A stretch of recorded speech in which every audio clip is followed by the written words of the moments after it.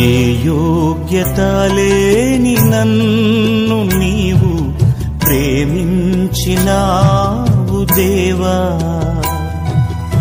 ఏ అర్హత లేని నన్ను నీవు రక్షించినావు ప్రభు.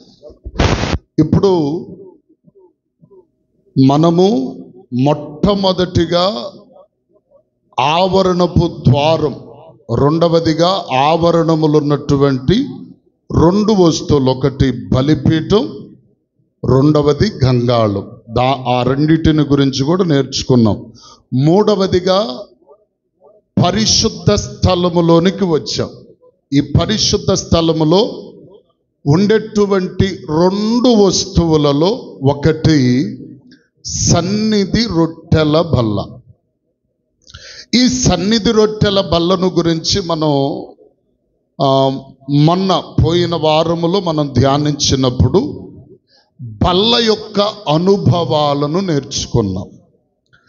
బల్ల యొక్క అనుభవాలు ఏమిటయ్యా అంటే, బల్ల తుమ్మకర్రతో తయారు చేయబడింది.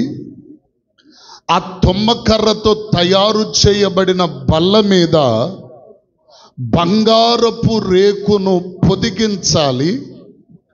అది నిత్యము దేవుని సన్నిధిని ఉండాలి అని చెప్పి కొన్ని మాటలు, మూడు భాగాలు. ఒకటి, నిత్యము దేవుని సన్నిధిని ఉండాలి. తుమ్మకర్ర అనగా మానవ స్వభావము, దాని మీద బంగారపు రేకు పొదిగించబడటం అనగా దైవ స్వభావమునకు గుర్తని, ఇలాగూ మూడు విషయాలు చెప్పుకొచ్చాం. అయితే ప్రియులారా, ఈరోజు చెప్పుకునే మాట ఏమిటంటే, ఆ బల్ల మీద, ఆ సన్నిధి రొట్టెల బల్ల మీద రొట్టెలు ఉంటాయి. రొట్టెలు ఎన్నుండాలయ్యా అంటే, బైబిల్ గ్రంథమందు దేవుడు చెప్పుతున్న మాట ఏమిటంటే 12 రొట్టెలు ఉండాలి. ఈ 12 రొట్టెలు ఎందుకు 12 రొట్టెలు ఉండాలి అంటే, ఇశ్రాయేలు గోత్రములు ఎన్ని అంటే 12. గోత్రముల లెక్క చొప్పున ప్రియులారా ఆ 12 రొట్టెలు దేవుని బల్ల మీద ఉంచాలి. మరి ఈ రొట్టెలు ప్రియులారా ఇదిగో ఎలా తయారు చేయాలి అంటే, మీరు దేవుని సాన్నిధ్యమందు రొట్టెను చేయునప్పుడు షేరు గోధుమ పిండితో ఒక్కొక్క రొట్టెను చెయ్యాలి. దరిదాపుగా మన లెక్కలోకి వచ్చేసరికి ఏమండి 1400 అంతేనా? ఈస్ అంటే 14 అనుకుంటా, అంతేనా? షేర్ అంటే దరిదాపుగా 2 కేజీలు పిండి, అంతేనా? షేర్ అంటే ఎంత? కేజీ అని సరే గమనించండి. షేరు పిండితో ఒక్కొక్క రొట్టెను చేయాలి. ఈ రొట్టె ఏమండి ఇశ్రాయేలీల గోత్రములకు సాదృశ్యమై, అది దేవుని సన్నిధిని 7 దినములు ఉంచబడాలి. 7 దినాల తర్వాత మరలా క్రొత్త రొట్టె చేసుకొని వచ్చి ఈ రొట్టెలు తీసి ఆ రొట్టెలు పెట్టాలి. ఈ రొట్టెలు ఒక్కొక్క, ఇదిగో ప్రియులారా, ఆ బల్ల మీద 6 రొట్టెల చొప్పున 2 దఫాలుగా ఆ బల్ల మీద ఉంచాలి. ఇది దేవుడు చెప్పినటువంటి నియమం. ఇవి ఎక్కడుండాలి అంటే, దేవుని మందిరములో పరిశుద్ధ స్థలమనబడిన ఆ పరిశుద్ధ స్థలములో ఒక బల్ల మీద ఈ రొట్టెలు ఉంచబడాలి. స్తోత్రం చెప్పండి గట్టిగా. ఇప్పుడు గమనించండి ప్రియులారా, వాక్యములో మనము చూడగలిగితే నిర్గమాకాండము 25వ అధ్యాయం ఒక్కసారి చదవండి 30వ వచనం. నిత్యమును నా సన్నిధిని ఈ బల్ల మీద ఉంచవలెను. చదవండి. దేవునికి స్తోత్రం చెప్పండి గట్టిగా. అలాగుననే 2వ దినవృత్తాంతముల పుస్తకం 13వ అధ్యాయం 11వ వచనమును చదవండి.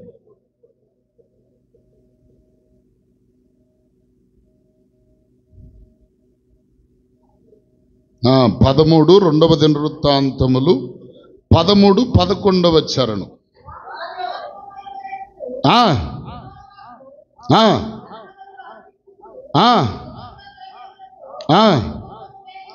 ధూపము వేయుచు, ఇదిగో ఈ మాట వినండి, పవిత్రమైన బల్ల మీద సన్నిధి రొట్టెలు ఉంచుచు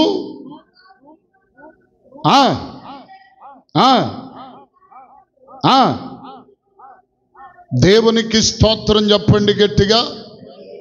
ఇప్పుడు గమనించండి ప్రియులారా, ఈ ప్రత్యక్షపు గుడారములో ఉంచబడినటువంటి ఈ బల్ల మీద ఉంచేటువంటి రొట్టెలు, ఇదిగో దేవుడు చెప్పుతున్న మాట ఏమిటంటే, ఆ పరిశుద్ధమైనటువంటి బల్ల మీద నిత్యము ఏముండాలి? రొట్టెలు ఉండాలి. ఈ రొట్టెలు ఇదిగో ప్రియులారా ఏమండి, యాజకుడు ప్రతి 7వ రోజు, ప్రతి విశ్రాంతి దినమందు వాటిని తీసి మరలా క్రొత్త వాటిని పెట్టాలి.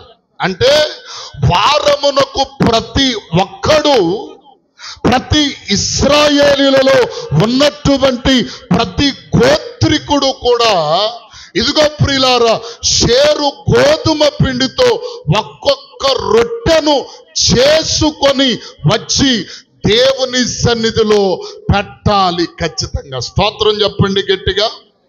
ఇప్పుడు మనం గమనించినట్లయితే ఒక్కొక్క రొట్టె ఒక్కొక్క గోత్రమునకు, ఒక్కొక్క ఇశ్రాయేలు గోత్రమునకు సాదృశ్యమై ఉన్నది. వాస్తవానికి మనము మునుపు చెప్పుకున్నటువంటి విధముగా ఈ రొట్టె ఎవరికి సాదృశ్యమయ్యా అంటే, ఇదిగో ప్రియులారా దైవ ప్రజలమైన మనందరికీ కూడా ఈ రొట్టె సాదృశ్యమై ఉన్నది. స్తోత్రం చెప్పండి గట్టిగా, చెప్పండి హల్లెలూయా. ఇప్పుడు ఈ రొట్టె ఎవరు? ఈ రొట్టె ఎవరండి? మనమే. చెప్పండి నాతో పాటు, మనమే ఈ రొట్టె. ఈ రొట్టె ఎవరు ఇప్పుడు? చెప్పండి బిగ్గరగా చెప్పండి. మనమే ఈ రొట్టె. ఇప్పుడు ప్రియులారా గమనించాలి, మనము దేవుని సన్నిధిలో రొట్టెగా ఉన్నాం. ఇదిగో ప్రియులారా రొట్టెగా ఉన్నటువంటి మన యొక్క జీవిత విధానమును ఒకసారి మనం జ్ఞాపకం చేసుకుంటే, ఈ రొట్టెలో ప్రత్యేకంగా ఇంచుమించుగా 5 రకములైన అనుభవాలు ఉన్నాయి. ఈ 5 రకములైన అనుభవాలను గూర్చి మనం ప్రస్తావించగానే ఖచ్చితంగా 3 విషయాలు నేను చెప్పటానికి ప్రయత్నిస్తా. గమనించండి. ఇప్పుడు ఈ రొట్టెలో ఉన్నటువంటి అనుభవాలు ఏంటంటే 5 రకములైన అనుభవాలు. ఏమిటి అనేది కూడా మీకు తెలియచేస్తా. మొట్టమొదటిగా మనం ఆలోచన చేస్తే, రొట్టె చేయబడటానికి కావలసిన పదార్థం ఏది? అమ్మా ఇటు చూడండి. రొట్టె చేయటానికి కావలసిన పదార్థం ఏంటి? ఏ పిండి? అట్ట చెప్పాలి, గోధుమ పిండి. మరి రొట్టెగా గోధుమ పిండి రొట్టెగా మారాలంటే దానికి ముందు చాలా ప్రాసెస్ ఉంది కదా, అంతేనా? ప్రాసెస్ ఉందా లేదా? ఉందా? ప్రాసెస్ ఏంటి? మొట్టమొదటిగా గోధుమ పిండి రొట్టెగా మారాలంటే గోధుమలు పిండెగా చేయబడాలి. ఈ గోధుమలు ఎక్కడ దొరుకుతాయి? పిండెగా మార్చబడక మునుపు ఈ గోధుమ ఎక్కడ ఉంటుంది?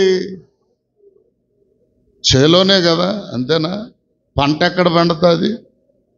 చేలోనే పండుద్ది. అయితే గమనించండి, ఇప్పుడు ఈ గోధుమలు పండేటువంటి స్థలం ఒకటి ఉంది. స్థలము అనగా ప్రియులారా, వాక్యము తెలియజేస్తుంది, ఏ పంటనైనా ఎక్కడ వేస్తారంటే పొలములో వేస్తారు. పొలములోనే ప్రతి పంట పండాలి. పొలములో పండకపోతే కుదిరేటువంటి అవకాశం లేదు. అయితే ఇప్పుడు ఈ గోధుమ పంట పొలములో నాటబడినప్పుడు నాటబడినటువంటి ఆ పంట ఇదిగో ప్రియులారా శుభ్రముగా తన ఇదిగో దినములన్నీ పూర్తి చేయబడిన తర్వాత అదేం చేయబడాలంటే పొలములో నుండి కోయబడాలి. స్తోత్రం చెప్పండి గట్టిగా. మొట్టమొదటిగా మనం ఆలోచన చేస్తే ఈ గోధుమ పంట వేయబడినటువంటి ఆ పొలము అనగా పొలము దేవుని వాక్యం తెలియజేస్తుంది లోకమునకు సాదృశ్యమై ఉన్నది. ఫలము అనగా లోకం. ఈ లోకములో వేయబడినటువంటి ఈ గోధుమ పంట లోకములోనే ఉంటే అది ఒక రొట్టెగా మార్చబడటానికి అవకాశం లేదు. మరేం చేయబడాలి అంటే ఇదిగో ప్రియులారా, లోకమనేటువంటి ఫలములో నుండి ఈ గోధుమ పంట వేరుపరచబడాలి. వేరుపరచబడితేనే లోకంలో నుండి చెప్పరే. ఇప్పుడు దీనికి ఒక మాట చెప్పాలి. లోకము అనేటువంటి పొలములో ఉన్నటువంటి గోధుమ పంటను ఎవరు ఆ లోకములో నుండి ఈ గోధుమ పంటను ఎవరు వేరు చేయాలంటే వాక్యం చెప్తుంది, పంట విస్తారమే గాని కోయువారు లేరు, కొదువయ్యారు. అంటే దీని వాక్య అర్థం ఏమిటి అంటే పంట విస్తారమే. పంట ఇదిగో ప్రియులారా విస్తారముగా ఉంది. లోకమనే పొలములో పాపమనేటువంటి ఆ పంటగా మారినటువంటి ఆ గోధుమ పంట విస్తారముగా ఉంది. అయితే ఈ పంటను కోయువారు కావాలి. ఈ పంటను కోసేవారు ఎవరయ్యా అంటే వాక్యం అనేటువంటి కొడవలి పట్టుకొని సువార్తికుడు అనేటువంటి వాడు వాక్యం అనే కొడవలితో ఆ పంటను ఏం చేయాలి? కొయ్యాలి. స్తోత్రం చెబుతారు గట్టిగా. ఎవరు కోసేవారు? ఎవరు చెప్పరే. కోసేవారు ఎవరు? మీకు అర్థమయ్యేటట్టే చెప్పాను అనుకుంటున్నాను. వాక్యమనే ఖడ్గముతో సువార్తికుడు ఆ పంటను కోయాలి. సువార్తికుడు అనగా సేవకుడు. సేవకుడే ఆ పంటను కోసి ప్రియులారా లోకములో నుండి ఆ పంటను వేరు చేయాలంటే ఇప్పుడు మనం వరి పంట వేస్తాం. వరి పంట పండిన తర్వాత ఆ వరి పంటను కోయటం ఎలా జరుగుతుందంటే ఆ భూమికిని ఈ ఎదిగిన ఆ వరికిని ఉన్న సంబంధమును తెంపేయాలి. తెంపేయకపోతే భూమి యొక్క సారము చెప్పరే దానిలోనికి వెళ్తానే ఉంటుంది. అంటే భూమి యొక్క సారమనగా లోక విధములైన కార్యక్రమములు. దేవునికి స్తోత్రం కలుగునగాక.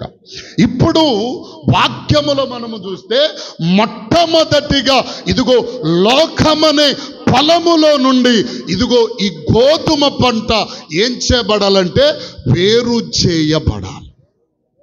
వేరు చేయబడాలి. ఇప్పుడు దేవుని వాక్యం చెప్తున్న మాట ఏమిటంటే ఇదిగో దేవుని సన్నిధిలో ఒక రొట్టెగా గోధుమ పిండి మార్చబడాలి అంటే ముందుగా ఈ గోధుమ పంట పొలములో నుండి వేరుపరచబడాలి. అందుకని దేవుని వాక్యం చూడండి ప్రియులారా, దేవుని వాక్యముల అపోస్తలుల కార్యగ్రంథం మొట్టమొదటిగా మీరు చూడగలిగితే త్వరగా రండి, 2వ అధ్యాయం 40వ వచనం చదవండి. అపోస్తలుల ఇంకను అనేక విధములైన మాటలతో మీరు మూర్ఖులకు ఈ తరము వారికి వేరై రక్షణ పొందుడని వారిని హెచ్చరించెను. స్తోత్రం చెప్పండి గట్టిగా.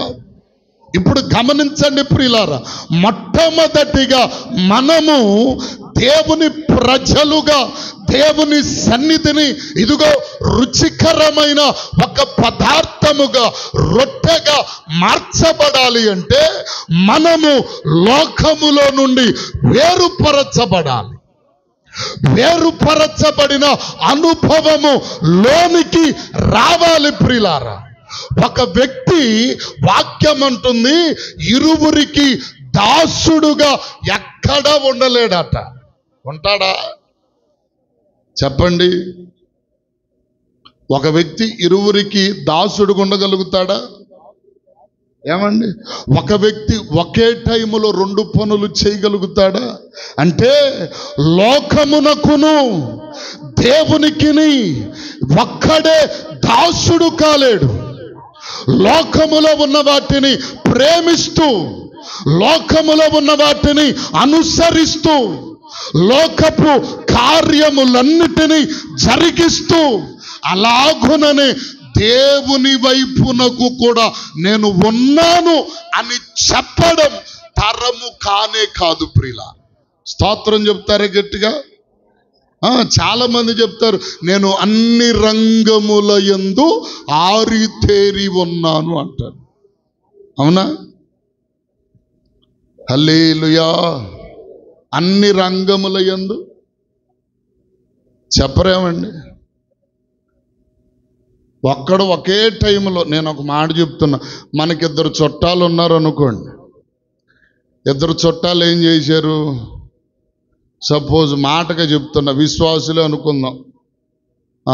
నేను పాస్టర్ గారుగా ఉన్నా, రవి గారు యెహోషువ గారు కూడికి ఒకే టైంలో పెట్టుకున్న. పాస్టర్ గారు మా ఇంటికాడ కూడిక, నువ్వే రావాలి అని అన్నారు అనుకుందాం. ఇద్దరికి ఒకే టైంలో పెట్టాలంటే కుదిరిద్దా? ఎవరో ఒకళ్ళు సరే అక్కడ అయిన తర్వాత ఇప్పుడు సంఘాల్లో పోటీలు కూడా బయలుదేరాయి. దేవునికి స్తోత్రం. అర్థం కాల? సంఘాల్లో పోటీలు కూడా బయలుదేరిపోయాయి. సరే, ఎట్టకేలకు ప్రార్థన కోడిక గట్టెక్కింది. మీరు భోజనం చేయకుండా ఇద్దరి దగ్గర నుండి వెళ్ళటానికి ఇల్లేదు అన్నాడు అనుకోండి. ఇద్దరి దగ్గర ఒకేసారి చేయగలగటం అసంభవం. ఏమండి? తినడం కూడా చెప్పరే, తినడం కూడా అసంభవం.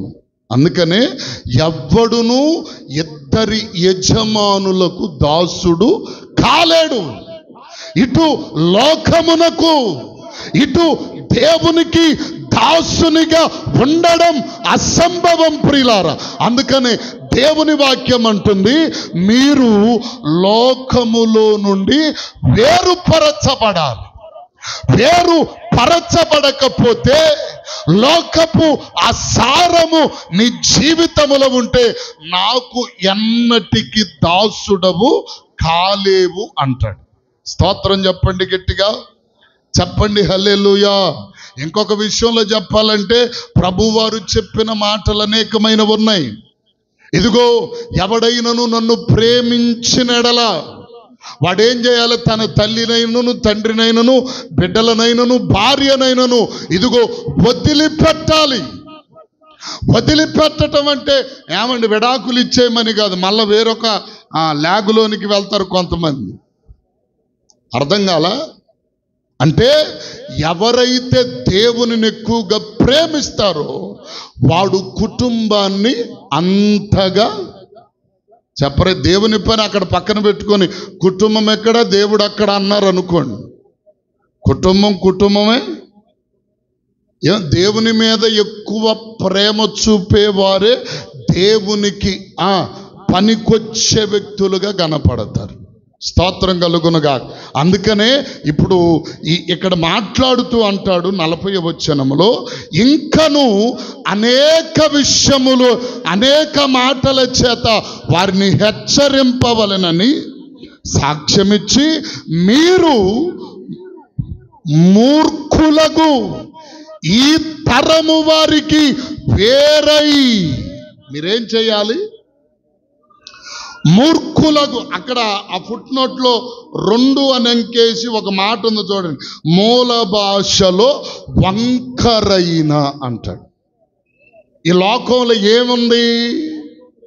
వంకరతనమైన పరిస్థితులు, బుద్ధి వంకర, మనస్సు వంకర, కార్యక్రమాలు కూడా వంకరగా ఉంటాయి. అందుకనే దేవుడు అంటాడు వీటిని మీరు విడిచిపెట్టి ఏమండి మూర్ఖులకు ఈ తరము వారికి వేరై రక్షణ పొందాలి. అందుకనే ఇంకొక మాట అంటాడు 15వ అధ్యాయం, యోహాను సువార్త 15వ అధ్యాయంలో 19వ వచనం కూడా చదవండి ఒకసారి. మీరు లోక సంబంధులైన లోకము తన వారిని స్నేహించును, అయితే మీరు లోక సంబంధులు కారు, నేను మిమ్మును లోకములో నుండి ఏర్పరచుకొన్నాను అంటాడు. హల్లెలూయా చెప్పండి. హల్లెలూయా. దేవుడు మనల్ని ఏం చేశాడు? లోకములో ఉంటే, పాపములో ఉంటే ఆ పాపములోనే నశింపు చేయబడతామని దేవుడు ఏం చేశాడంటే మనలను తన రక్తము చేత, పవిత్ర రక్తము చేత మనలను లోకములో నుండి వేరు పరచాడు. ఇప్పుడు మనం లోకపు వారమా, దేవుని వారమా? ఏమండి మనం ఎవరో? నేను మనిషినండి అంటారు. ఎవరో మనం దేవుని లోకములో నుండి వేరుపరచబడిన వారం. మనము దేవుని బిడ్డలం. దేవునికి స్తోత్రం కలుగునుగాక. చెప్పండి హల్లెలూయా. ఇప్పుడు గోధుమ పంట లోకంలో నుండి ఏమవ్వాలా? వేరుపరచబడాలంటే కోయబడాలి. కోయబడిన పంట ఎక్కడికి రావాలి? ఇప్పుడు రెండవదిగా మొట్టమొదటిగా గోధుమ పంట పొలములో నుండి కోయబడి వేరుపరచబడాలి. వేరుపరచబడి ఈ పొలములో నుండి కోయబడిన ఈ పంట ఎక్కడికి రావాలంటే రెండవ స్టెప్ ఏంటంటే కళ్ళములోనికి రావాలి. కళ్ళం అనగా అర్థం ఏంటి? కళ్ళం అనగా అర్థం ఏంటి? దింపుడు కళ్ళం ఉంది. కళ్ళాలు చాలా ఉన్నాయి, చాలా కళ్ళాలు ఉన్నాయి లోకంలో. దింపుడు కళ్ళం, పసుపు కళ్ళం. దింపుడు కళ్ళం అంటే మీకు అందరికీ తెలుసుగా.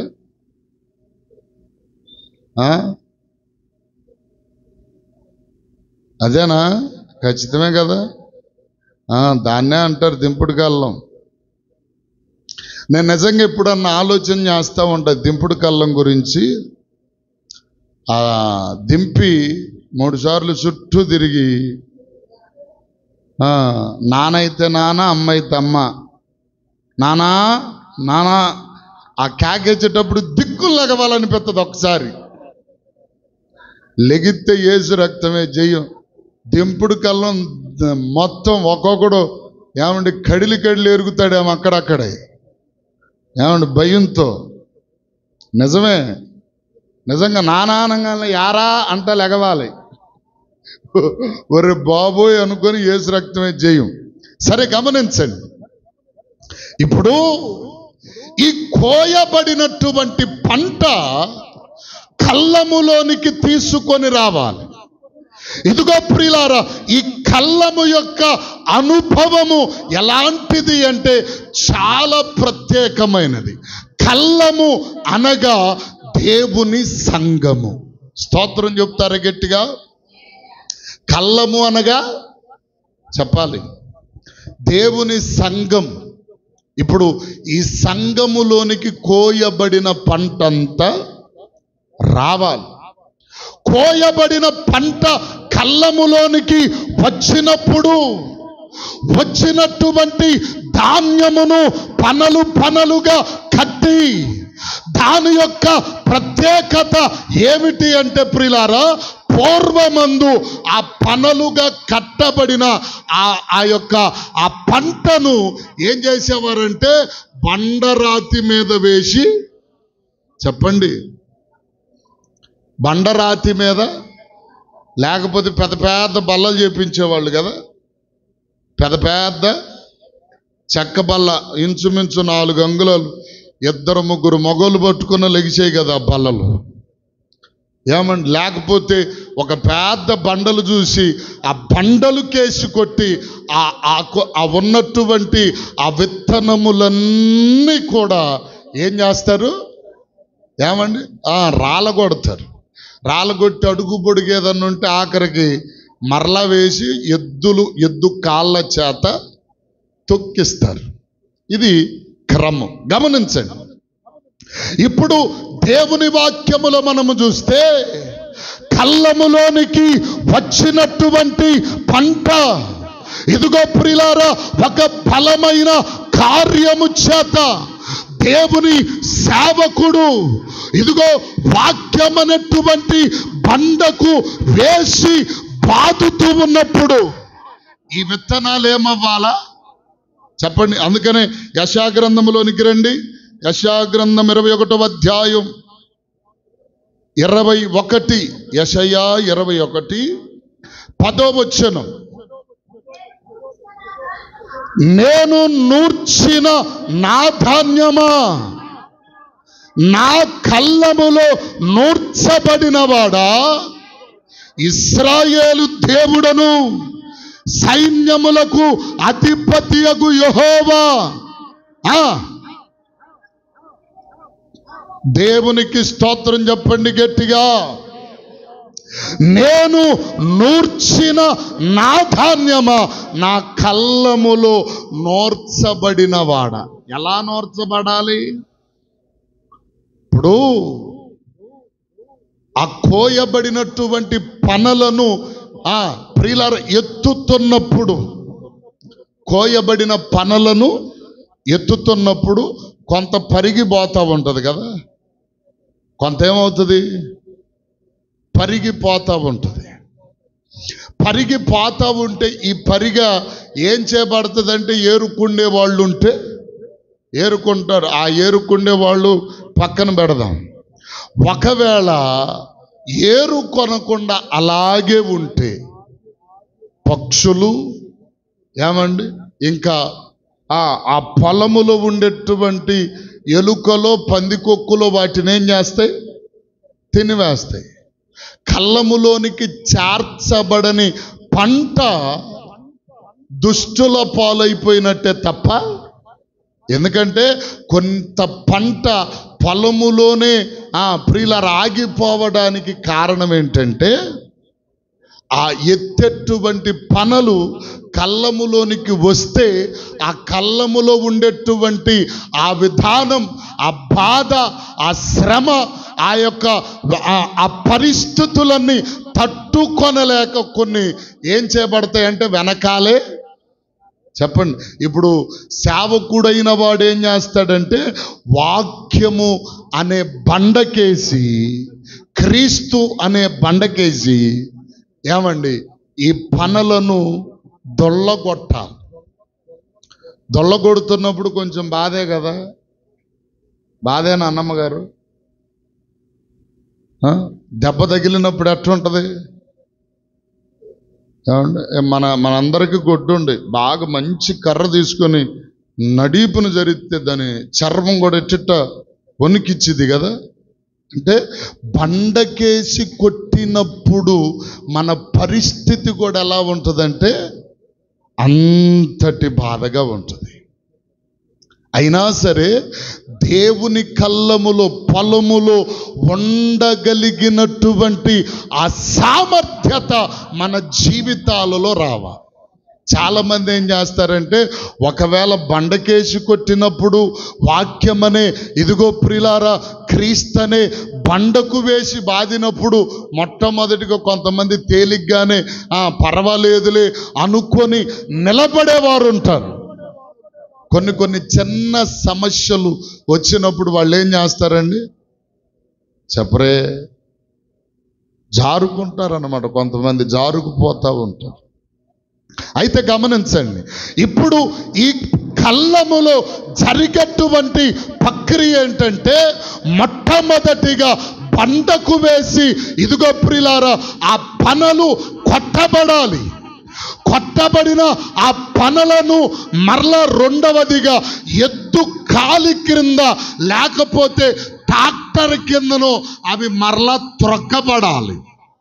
త్రొక్కబడిన తర్వాత దానిలో ఉన్నటువంటి ఆ చెత్త, ఆ గడ్డి, ఆ యొక్క ఇదిగో ప్రియులార వేస్టేజీ అంతా తీసి ప్రక్కన వేసిన తర్వాత ఇప్పుడు మరలా ఏం చేయాలంటే తూర్పు పాత పోయాలి. దేవుని వాక్యంలో మత్తయి సువార్తలో మనం చూడగలిగితే మొట్టమొదటిగా మీకా గ్రంథంలోనికి రండి. మీకా గ్రంథం కూడా చదవండి ఒక్క మాట. మీకా గ్రంథము 4వ అధ్యాయం 12వ వచనం చదవండి ఒకసారి. కళ్ళములో ఒకడు పనులను కూర్చున్నట్లు అయితే వారు ఆయన తలంపులనట. కొంతమంది ఏం చేయలేకపోతున్నారు, ఆయన తలంపులేంటి? నిన్ను బండకేసి బాదుతున్నప్పుడు ఆయన తలంపేంటో చెప్పరే. ఒడ్డు వాస్తవానికి ఒడ్డు ఎట్లా ఉంటాయి? గరుగ్గా ఉంటాయి కదా, అంతేనా? నూగుగా. ఏమంటే దాని నూగు ఎంత కొట్టినా పోతుందా? చిన్నపిల్లలప్పుడు ఏదో అనేవాళ్ళు, ఏమంటే చిన్నపిల్లలు కొట్టు గింజ ఎత్తి ఒకటి పాలు తాగే పిల్లలకి చచ్చిపోతారంట. అంటే అంతటి పరిస్థితులు ఉండేది. అయితే ఇక్కడ అంటాడు ప్రియులారా, కళ్ళములో ఒకడు పనులు కూర్చున్నట్లు యెహోవా మనందరినీ సమకూర్చును. అయితే వారు ఆయన తలంపులు తెలుసుకొనకున్నారు. ఆయన ఆలోచనలను వారు గ్రహింపనే. నిన్ను ఆ బండకేసి కొడతా ఉంటే నిన్ను కళ్ళములోనికి సమకూర్చి ఆ బండకేసి కొట్టి నిన్ను ఒక ఉన్నతమైన పరిస్థితిలోనికి దేవుడు తీసుకురావాలని ఆయన ఒక తలంపు కలిగి ఉంటే, ఆలోచన కలిగి ఉంటే మనం ఏం చేస్తూ ఉంటాం? ఆయన తలంపులు ఎరగలేము. ఆయన ఉద్దేశమును మనం ఏం చేయలేకపోతున్నామంటే గ్రహించలేకపోతున్నాం. ఏమండి? అందుకనే ఆయన ఉద్దేశములను మనము గ్రహించగలగాలి. దేవునికి స్తోత్రం చెప్పండి గట్టిగా. ఏమండి? అక్కడ ఆ మత్తయి సువార్త 3వ అధ్యాయం 12వ వచనములు అంటాడు, ఆయన చాట ఆయన చేతిలో ఉంది. ఏమండి? ఎందుకుంది అంటే కళ్ళములో జరిగేటువంటి 3వ కార్యం ఏంటంటే ఏమండి, ఒకటి నోర్చబడాలి,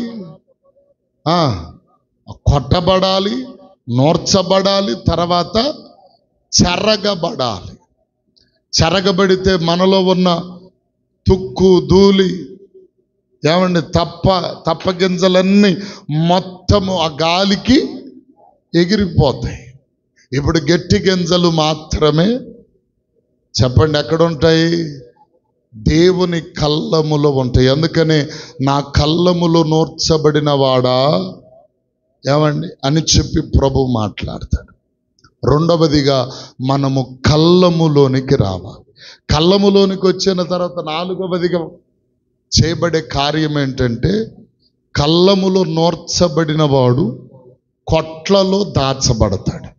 దేవునికి స్తోత్రం కలుగునుగాక.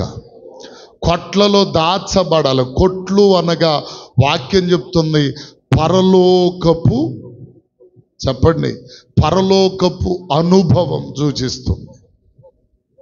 పరలోకమునకు చేర్చబడతాడు. అయితే ఈ సంగతిని మనం అక్కడ ప్రక్కన పెడితే ఐదవదిగా జరిగేటువంటి కార్యం ఏంటంటే, ఆ దాచబడిన గింజలన్నీ కూడా రోటిలో నలగొట్టబడి మెత్తటి పిండిగా మార్చబడుతుంది. అందుకనే వాక్యంలో రెండు మాటలు చూడండి. యెషయా గ్రంథములో 28 చదవండి. యెషయా గ్రంథం 28వ అధ్యాయం. మనుష్యులు గోధుమలు గాలింపగా ఎల్లప్పుడు దానిని నూర్చుచుండడు. ఎల్లప్పుడు అతడు బండి చక్రమును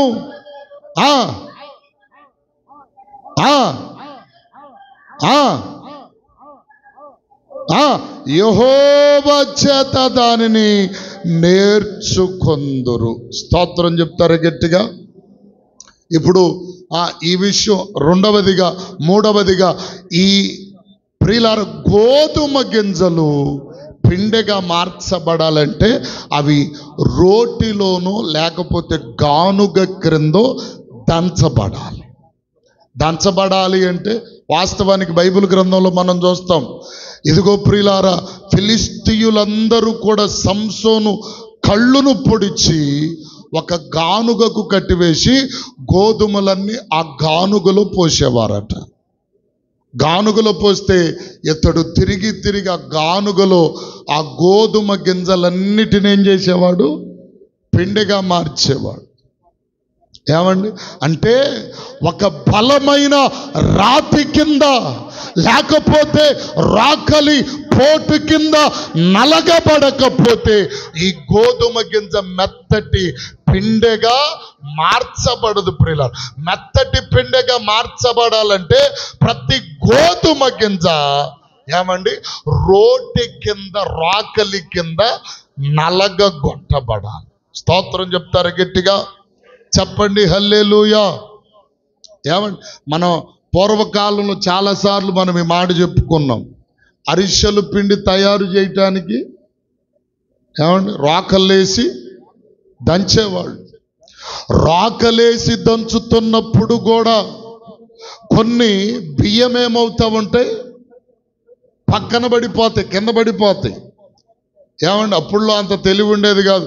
ఒక పట్ట వేసుకొని పట్ట మీద రోలు పెట్టుకొని ఇట్ట కొడదామనే ఆలోచన ఉండేది కాదు. ఏమండి ఆ రోలు పెట్టి దాని మీద రాకలు పెట్టి ఇద్దరు స్త్రీలు కలిసి అని చక్కగా దంచేవారు.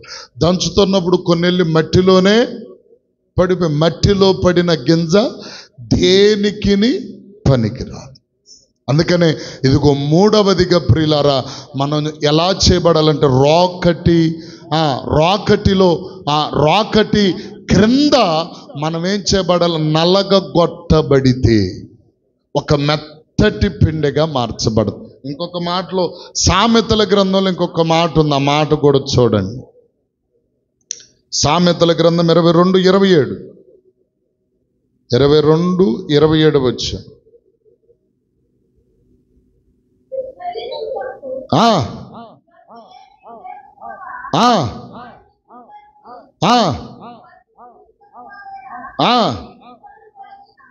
నీ పితరుల వేసిన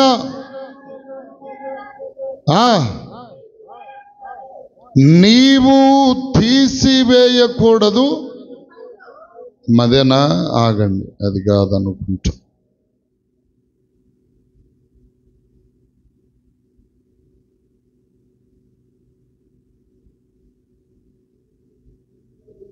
చూడండి 27, 22 అండి. నేను తప్పుగా చెప్పాను. 3ని రోటిలోని గోధుమలలో వేసి రోకట దంచినను వాని ముడత వాని వదలి పోదట. దేవునికి స్తోత్రం కలుగునగా.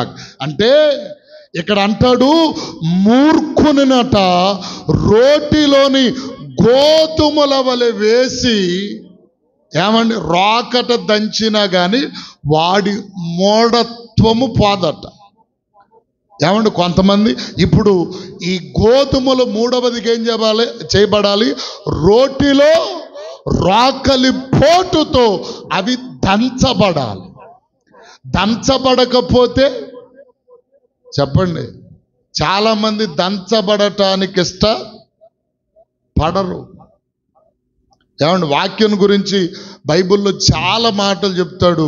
వాక్యము సుత్తి వంటిది, వాక్యము 2 అంచులు కలిగిన ఖడ్గము వంటిది, వాక్యము సాగలి వాని చేతిలో సబ్బు వంటిది, వాక్యము కొమ్మరి కొండ వంటిది. ఇలాగూ చాలా మాటలు చెప్పుకొచ్చారు. అలాగే వాక్యము మన జీవితాలలో ఇంకొక మాటలో చెప్పుకోగలగాలంటే రాకటిలో వేసి దంచేటువంటి రాకటి వంటిది. ఈ రాకటి కింద మనము నలగకపోతే ఏమండి మన జీవితాలలో ఒక రొట్టెగా మార్చబడలేదు. అందుకనే ఏమండి భక్తుడు మాట్లాడుతూ ఒక పాట రాశాడు. ఏంటంటే, నీ చేతిలో రొట్టెను నేనయ్యా, విరువు యేసయ్యా. రొట్టెగా మారాలంటే మన ముందు చేయబడిన కార్యాలన్నీ జరగాలి. పొలములో నుండి వేరుపరచబడాలి. 2వది కళ్ళములోనికి రావాలి. కళ్ళములో ఏమండి బండకు వేసి బాధపడి ఏమండి 2వదిగా ఇదిగో ఎద్దు కాలి క్రింద తొక్కబడి తూరుపోత పోయబడిన పంట కొట్లలోనికి వస్తే కొట్లలోనికి వచ్చిన ఆ పంటను శుభ్రముగా రాకటిలో వేసి దంచితే అదొక మెత్తటి పిండిగా మారుతుంది.